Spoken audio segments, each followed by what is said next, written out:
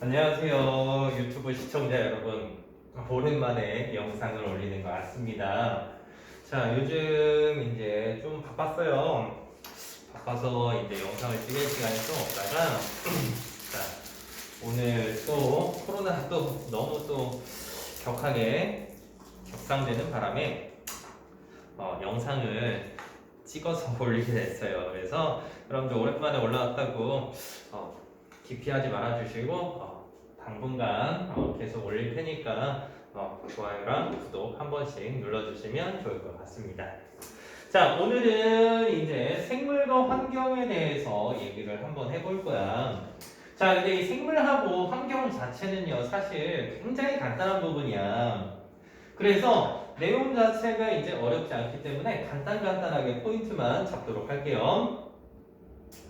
자, 일단 생태계 구성에 대해서 우리가 얘기를 해볼 겁니다. 자, 이 생태계라는 건 자, 생물뿐만 아니라 환경이 서로 영향을 주고받으면서 유지되는 유기적인 체계다. 당연히 생물하고 환경 자체는 서로 영향을 주고받을 수밖에 없잖아요.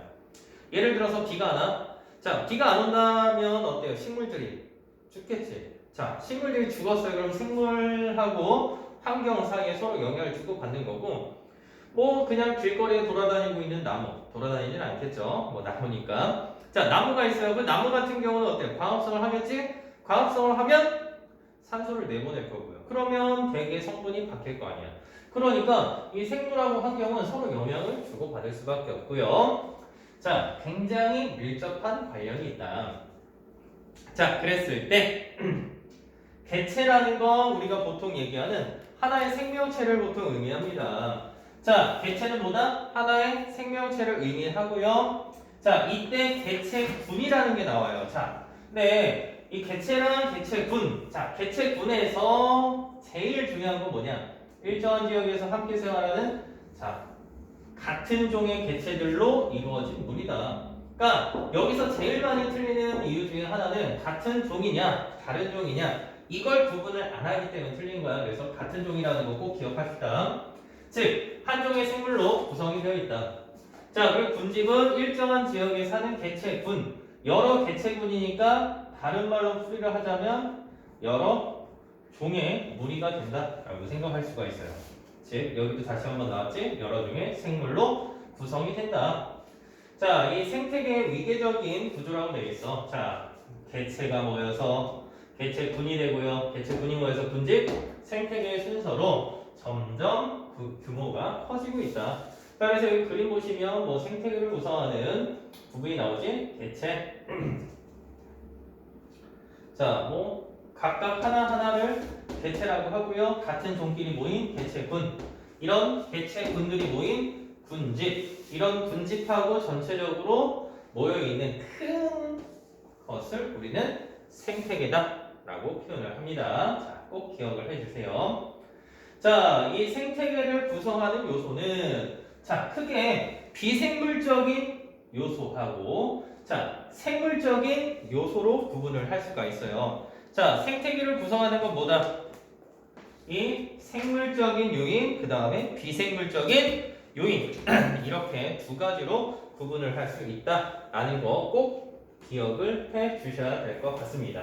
자, 이 비생물적인 요인에는 자, 말 그대로 비 아니다 비자겠죠? 자, 생물이 아닌 것들 즉 뭐 빛이라든지 온도라든지 물이라든지 공기, 토양 등의 환경을 우리는 비생물적인 요인이라고 얘기를 하고요.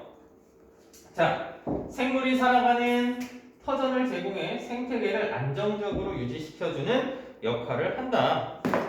자, 그러면 이 생물적인 요인은 생태계에서 살고 있는 모든 생물들을 우리는 생물적인 요인이라고 얘기를 합니다. 자, 여기까지도 크게 어려운 거 없죠? 자, 그러면 이 생물적인 요인에는 크게 생산자, 양분을 합성할 수 있는 애들, 즉 유기물을 만드는 애들을 생산자. 자, 유기물을 어떤 식으로 얻냐? 생산자나 다른 동물을 잡아먹어서 얻는 애들은 소비자. 자, 사체나 배설물을 분해해 주는 애는 분해자가 된다라는 거 꼭 기억을 해 주셔야 될 것 같습니다. 자, 생태계 구성 요소 간의 관계 보시면 비생물적인 요인은 생물의 생활 방식, 번식 등에 영향을 미치고요. 생물적 요인은 공기 중에 산소와 이산화탄소의 농도를 변화시키고 영양분을 공급하는 등 비생물적인 요인에 영향을 미친다. 자, 생물적인 요인은 서로 영향을 주고받으면서 생활을 하게 된다. 자, 그러면 이 생물하고 환경 사이에서 자, 어떤 관계가 있냐? 자, 생물이 환경에 미치는 영향. 자, 우리가 환경이 생물에 미치는 영향, 생물이 환경에 미치는 영향. 자, 일부 학교에서는 자, 비생물적인 요인하고요. 뭐 생물적인 요인이 있다. 자, 그러면 비생물적인 요인이 생물적인 요인에게 영향을 주면 그걸 우리는 보통 작용이라고 보통 표현을 하고요. 생물적인 요인이 비생물적인 요인에게 영향을 주면 반작용이라고 보통 표현을 해. 자, 근데 선생님이 이번에 중간고사를 본 친구들 중에서 이 생물적인 요인하고 비생물적인 요인 사이에서 작용과 반작용을 아예 거꾸로 외워버린 친구가 있어서 나머지 다 맞았는데 어때요? 한 80점대를 맞아온 친구가 있어. 이거에 관련된 문제가 한 3문제 정도 나왔었거든요. 실제로 이제 학교에서도 얘네랑 관련된 문제들이 보통 한 3, 4문제 정도가 출제가 될 거야. 이거 하나 잘못 외운 다음에 어때요? 한 12점 이상 깎인 게 되는 거죠. 그럼 굉장히 어때요? 슬프단 말이에요. 나머지 다 맞았는데 100점 맞을 수 있는 친구였는데 이렇게 틀리더라. 그래서 뭐가 뭐한테 비생물적인 요인이 생물적인 요인한테 영향을 주는 건 작용, 생물적인 요인이 비생물적인 요인에게 영향을 주는 건 반작용이다. 자, 그럼 얘는 생물이 환경에게 영향을 줬으니까 반작용이 되는 거고요. 환경이 생물적인 요인에게 영향을 주면 작용이 된다라고 생각을 하시면 됩니다. 자, 그러면 생물끼리, 뭐 생물적인 요인끼리, 뭐 생산자나 소비자나 분해자 사이에서 서로 영향을 주고받는 것들은 우리가 뭐라고 보통 표현하죠? 뭐라고 표현하냐면 상호작용. 갑자기 생각이 안 나네요. 자, 얘네들은 서로 영향을 주고받기 때문에 뭐라고? 상호작용을 한다라고 표현을 합니다. 그래서 일단 여러분들 머릿속에서 자, 기억해야 되는 건 작용이냐 반작용이냐 서로 영향을 주는 상호작용이냐 요걸 일단 머릿속에다가 꼭 기억을 해두고 나머지 문제들을 개념들을 정리하셔야 됩니다. 자, 그러면 나머지 내용들은 다 비슷해요. 자, 식물이 광합성을 했어. 식물이니까 생물. 이산화탄소의 농도가 감소하고 산소의 농도가 증가해서 공기의 농도, 환경, 지렁이, 생물, 공기가 잘 통하게 하고 빗물이 잘 스며들게 하고 분해해서 토양을 기록하게 한다. 토양에게 영향을 줬어. 그러니까 반작용. 자, 그러면 반대로 환경이 생물에게 미치는 영향이다. 자, 그러면 자, 여기부터는 우리가 좀 꼼꼼하게 잘 기억을 하셔야 돼요. 자, 첫 번째는 빛하고 생물 사이의 관계.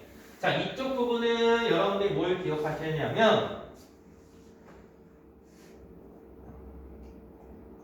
자, 빛과 생물 사이에서 영향을 주는 건데 빛의 세기가 영향을 주느냐 아니면 파장이 영향을 주느냐 아니면 일조 시간이 영향을 주느냐 어떤 애들인지에 대해서 정확하게 표현을 파악을 하셔야 돼요. 자, 보시면 빛의 세기. 빛의 세기는 당연히 어때요? 숲이다 라고 가정을 하면 아래에서 위로 갈수록 빛의 세기가 강해질 수밖에 없죠. 왜냐하면 가리는 게 전혀 없으니까. 그래서 위쪽에는 강한 빛에 적응한 식물이, 아래쪽에는 약한 빛에 적응한 식물이 잘 자랄 수밖에 없겠지. 자, 한 식물체 내에서도 당연히 어때? 속에 들어가 있는 애들은 빛을 좀 약하게 받을 거고 겉에 나와 있는 애들은 빛을 좀 많이 받을 거니까 강한 빛을 받는 애는 자, 빛이 강하면 잎이 두꺼울 거고요. 약한 빛을 받는 쪽은 빛을 좀 더 많이 받아야 될 거 아니야. 그래서 얇고 넓어집니다. 즉 결과적으로 얘네들은 다 어때요? 광합성의 효율성을 높이기 위해서지. 그러니까 여러분들이 생각했을 때 광합성의 효율을 어느 쪽이 더 높이기 쉽냐? 그걸로 파악을 해보시면 될 것 같아요. 자, 두 번째는요. 빛의 파장. 자, 빛의 파장은 우리가 적색광이랑 청색광이 나오는데, 자, 보통 적색광은요, 파장이 길어요. 자, 파장이 길면 에너지는 줄어. 그러니까 얘는 바다를 얘기를 했을 때, 자, 이렇게 바다가 있어요. 그러니까 얕은 바다는 보통 적색광이 도달하는 거고, 자, 깊은 바다는 파장이 짧아요. 대신에 에너지가 커. 그러면 이 청색광은, 자, 깊은 바닷속까지 들어갈 수가 있어요. 자, 그러면 생각해봐. 자, 우리가 물체의 색깔. 자, 예를 들어서 선생님이 지금 입고 있는 이 빨간색 옷은, 자, 무슨 빛을 반사를 하냐면, 내가 보이는 색깔의 빛을 반사해요. 즉, 내 옷은 빨간색. 그러면 내 옷 같은 경우는 이 우리가 빛의 3원색이라고 하는 빨초파, 이 정도만 일단 생각해봐요. 빨간색, 초록색, 파란색 계열의 빛이 있는데, 빨간색이라는 건, 빨간색 옷은 빨간색 빛은 반사하고 초록색이랑 파란색 빛은 흡수하는 거야. 그러면 자, 얕은 바다에서는 빨간색을 띤 애들 같은 경우는 어때요? 빨간색 빛이 주로 들어오는데 빨간색을 띄어. 그럼 빨간색을 반사시키니까 어때요? 먹을 수 있는 게 없는 거지. 자, 그래서 얕은 바다에서는 적색광을 주로 이용하는 뭐 녹조류가 생기고요. 깊은 바다에서는 녹조류나 아니면 청조류 이런 애들이 있으면 안 되기 때문에 갈조류 이런 애들보다는 청색광을 보통 많이 사용하는 뭐가 홍조류가 많이 사용이 된다. 그래서 낮은 곳에서는 녹조류, 깊은 곳에서는 홍조류가 존재한다. 즉 빛의 색깔하고 이 존재하는 애들은 반대다라고 머릿속에서 일단 잡아놓으면 빨간 빛은 적색광은 낮은 곳, 깊은 곳은 청색광. 그럼 청색광을 이용하는 건 홍조류, 빨간 빛을 이용하는 건 녹조류다라고 생각을 할 수가 있겠죠.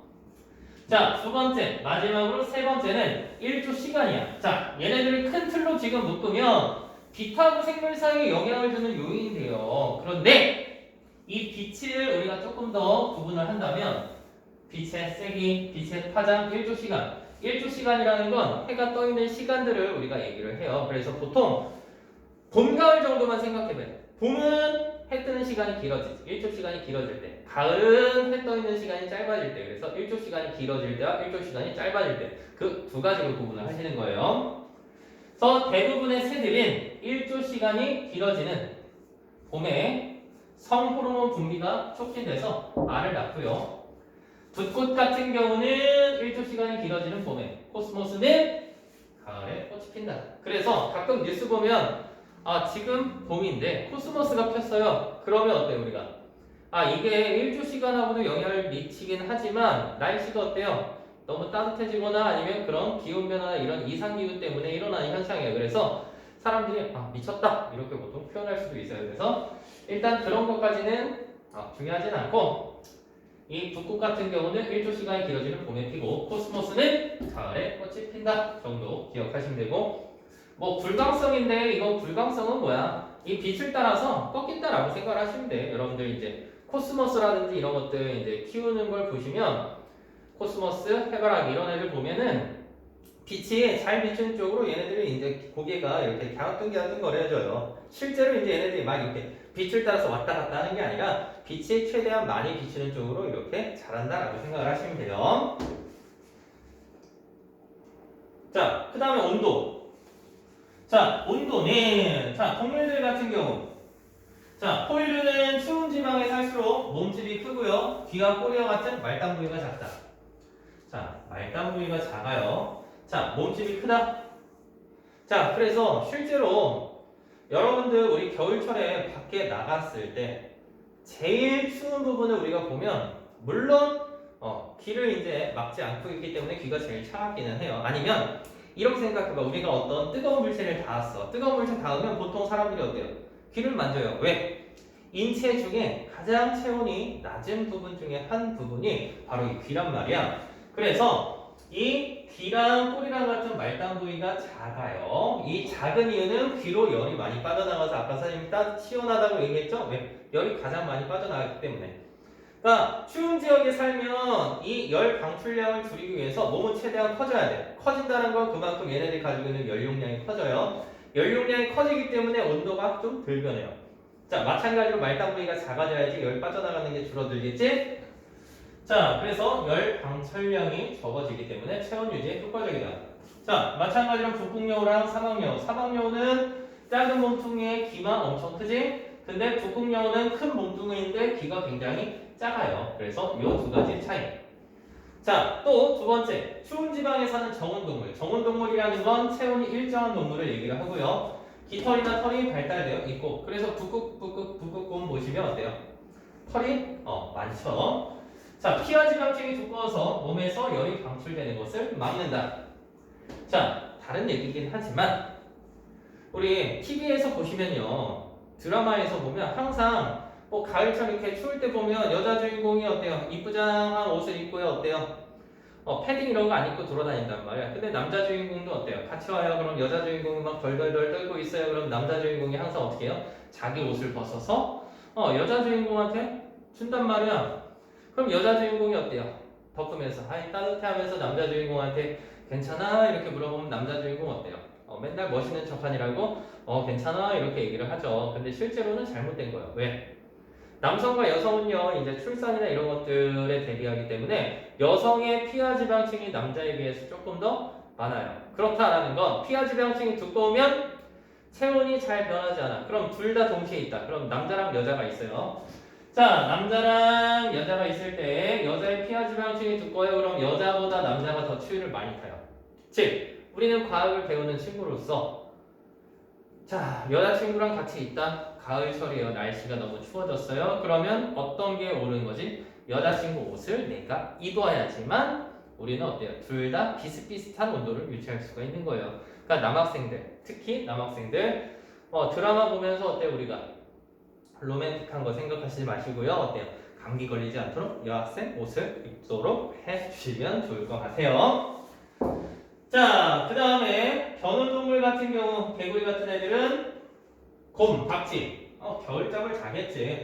왜냐하면 얘네들도 마찬가지로 어때요? 이 추위에서 버티기 위해서. 자, 마찬가지로 식물들 같은 경우는 낙엽수, 뭐 은행나무, 단풍나무 같은 경우 우리가 낙엽이라고 얘기를 하는데, 자, 얘네들은 잎을 떨어뜨려요. 자, 근데 상록수, 뭐 동백나무 이런 것들 보면은 겨울철에도 어때요? 잎이 되게 푸르단 말이야. 걔네들 같은 경우 잎에 있는 큐티클층이라는 게 두꺼워요. 이 큐티클층을 다른 말로 생각을 하자면 그냥 지방층이 두껍다라고 생각을 하면 돼. 그러니까 겨울에도 얼지 않고 늘 푸르게 유지가 되는 겁니다. 자, 여우의 온도 적용 여기 보시면 어때요? 북극여우 키가 작죠? 열 방출량이 적어요. 근데 사막여우는 몸치유에 비해서 귀가 굉장히 크지. 열 방출량이 크게 된 겁니다. 자, 그 다음에 물하고 생물. 당연히 물은 생물이 살아가는데 굉장히 큰 영향을 미칠 거란 말이야. 자, 그래서 여기서 보시면 동물의 적용. 수분의 손실을 줄이기 위해서. 자, 곤충 보면은 어때요? 키틴질로 되어 있어요. 이 딱딱한 부분들이 있지, 곤충에서. 그게 키틴질이에요. 자, 파충류 같은 경우는 비늘로 덮여 있고요. 이 파충류나 조리알은 단단한 껍데기로 쌓여 있어. 왜? 수분 손실을 최대한 줄이기 위해서. 자, 마찬가지로 알로에 같은 경우 어때요? 이 물을 저장하는 저수 조직이 발달했지. 선인장도 마찬가지로. 그래서 우리가 사막에 왔어요. 먹을 게 없어요. 물이 없어요. 그럼 알로에 짜서 먹으면 우리가 먹는 알로에 맛은 남지는 않고요. 분맛이에요, 사실. 근데 이 알로에 맛은 우리가 보면 나중에 이제 알로에 이렇게 보시면 이제 향료를 써요. 이제 뭐 참이나 이제 요런 멜론 비슷한 향을 쓰기 때문에 향신료가 들어가요. 그래서 그 맛으로 먹는 거예요, 사실은. 자, 아무튼 알로에와 같은 건조한 지역에 사는 애들은 저수조직이 발달돼 있고 선인장도 마찬가지로 저수조직도 발달돼 있지만 잎이 가시로 변한 상태가 되겠죠. 자, 물속에 사는 식물은 관다발. 이 관다발이라는 건 보통 뭘 얘기하냐면 물관이나 채관 등을 얘기하는데 이 땅에 있는 애들이야 어때요? 물을 잘 흡수하기 힘들기 때문에 뿌리에서 잎까지 이제 물을 올려줘야 되잖아. 그래서 관다발이 잘 발달되어 있는데 물 위에 사는 애들은 굳이 물이 바로 엎어지면 포도할 때 있기 때문에 관다발이 발달할 필요가 없단 말이에요. 그래서 관다발이나 뿌리가 잘 발달되어 있지 않는다. 수연이나 검정말. 자, 그 다음에 공기와 생물. 공기가 희박한 고산지대 사는 사람은 평지에 사는 사람보다 혈액의 적혈구수가 많아서 산소를 효율적으로 운반한다. 당연한 얘기죠. 자, 연줄기 보면은 어때요? 이게 우리가 보통 얘기하는 연근조림 먹어봤죠? 자, 그 연근조림 보면은 이렇게 구멍이 나와 있는데 이게 바로 통기조직이라고 하는 공기 구멍들이 많아요. 그래서 거기서 호흡을 도와주고요. 자, 토양과 생물 보시면 토양은 깊이에 따라서 공기 함량이 달라 분포하는 세균의 종류가 달라진다. 그래서 이 땅에 있으면 땅 이제 근처는 산소가 많아요. 산소가 많아서 어떤 애들이 자라냐면 호기성 세균. 근데 땅속 깊은 곳으로 들어가게 되면 어때요? 산소가 적겠지. 그래서 현기성 세균 등이 존재한다. 자, 파리지옥과 같은 식충식물 보면은 토양에 부족한 질소를 얻기 위해서 곤충을 잡아서 분해하는 것도 토양과 생물에 관한 내용이다 라는 것 정도 기억을 하시면 될 것 같습니다. 자, 그러면 다음 강의에는 선생님이 생태계 평형이랑 이 부분에 대해서 설명을 하도록 할게요. 자, 오늘 수업 여기까지.